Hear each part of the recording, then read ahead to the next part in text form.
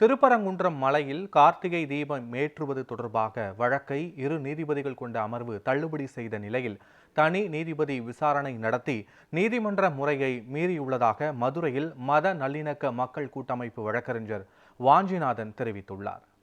இந்த கார்த்திகை தீப பிரச்சனையில்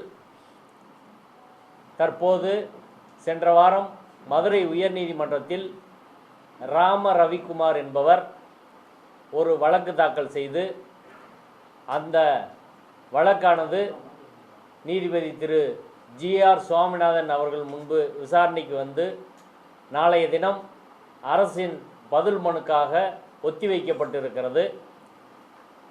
ராம ரவிக்குமாரின் வழக்கிலும் உள்ள கோரிக்கை திருப்பரங்குன்றம் மலையில் சிக்கந்தர் தர்கா அருகில் தீபம் ஏற்ற வேண்டும் என்பதுதான். இதற்கு ஆதாரமாக அவர்கள் காட்டுகிற விஷயம் 1996ஆம் ஆண்டு சென்னை உயர்நீதிமன்றத்திலே ஒரு தீர்ப்பு வழங்கப்பட்டு இருக்கிறது. அந்த தீர்ப்பில் சிக்கந்தர் தர்கா பக்கத்தில் கார்த்திகை தீபம் ஏற்றணும்னு சொல்லியிருக்காங்க என்று உயர்நீதிமன்ற தீர்ப்பை அமுல்படுத்து என்ற பிரச்சாரத்தை அவர்கள் முன்னெடுத்து வருகிறார்கள்.